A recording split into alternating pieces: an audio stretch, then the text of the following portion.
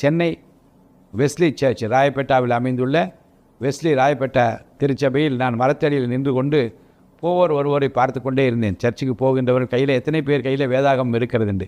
பல பேர் கையில் வேதாகமே இல்லை. எடுத்து படியுங்கள் என்று சொன்னால் ஒரு 4-5 பேர் எடுத்து அதை வாசிப்பார்கள்.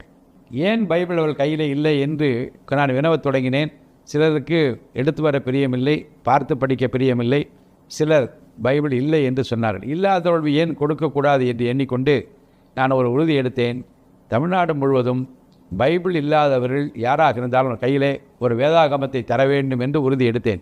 ஒரு 50 பைபிள் தரலாம் என்று நான் எண்ணிக்கொண்டு ஒரு வேண்டுதல் வைத்து விட்டு வீட்டுக்கு வந்து என் மனைவியிடம் சொன்னேன். அவர்கள் சொன்னார்கள், 50 பைபிள் என்ன விலை போகும் என்று கேட்டார்கள். இப்போது 80 ரூபாய் என்று பைபிள் சொசைட்டியில் கொடுக்கிறார்கள் என்று சொன்னேன். 50 என்றால் 4000 ரூபாய், தாராளமாக நாம் செய்து விடலாம் என்று சொன்னார்கள். முதல் மாதம் 50 பைபிளை வாங்கி கொண்டு ஓடுகிற பேருந்தில் நின்று அது நிற்கிற போது யாருக்காவது இலவசமாக பைபிள் வேண்டுமா என்று கேட்பேன்.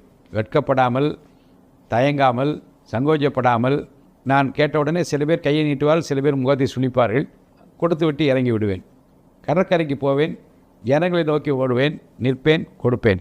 இது எங்கே இந்த பழக்கம் வந்தது என்றால், அம்பத்தூர் மகா கணேசா பள்ளியில் நான் 5ஆம் வகுப்பு படிக்கிற போது கிளாடிஸ் செல்வநாயகி என்று எனக்கு நல்ல ஆசிரியை ஒருவர் இருந்தார்கள். அவர்கள் அந்த காலத்தில் இப்போதெல்லாம் பண்ண முடியாது. அந்த காலத்தில் என்ன செய்வார்கள் என்றால், எல்லா மாணவர்களும் முழங்கால் போட சொல்லுவார்கள். அவர் நாகர்கோவிலை சேர்ந்தவர்கள்.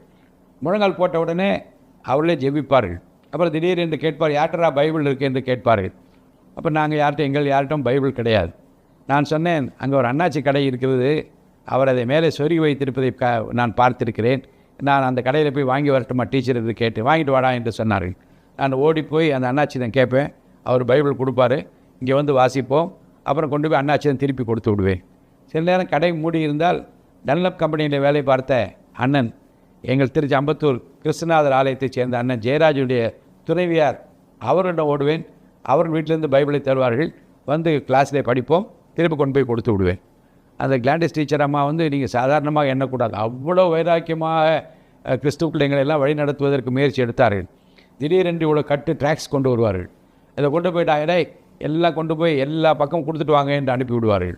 பள்ளிக்கூடம் நடந்து கொண்டு இருக்கும், எங்களை அனுப்புவார்கள். நான் ஓடிப்போய் ரயில்வே ஸ்டேஷன் நின்று கொண்டு ட்ரெயின் வருகிற போது நிறைய பேர் இறங்குவார்கள், நிறைய பேர் ஏறுவார். வேகமாக அந்த ட்ராக்ஸ் எல்லாம் கொடுத்து விட்டு நான் வந்து விடுவேன். அப்போ 2004 பைபிள் 50 பைபிள் கொடுப்பதற்காக நான் கடற்கரையில் இருக்கிற போது அப்போ ஓடி ட்ராக்ஸ் கொடுத்து அந்த நாட்கள் நான் நினைத்துக் கொள்வேன். அந்த ட்ராக்ஸ் ஊழியம் எப்படியெல்லாம் ஆத்துமாக்களை ஆதாயப்படுத்தியது என்பது எனக்கு நன்றாக தெரியும். அதுக்கு பின்னாளில் இந்த 50 பைபிள் நான் கொடுக்க ஆரம்பித்த போது அதை வாங்கி கொண்டவர்கள் பலர் எனக்கு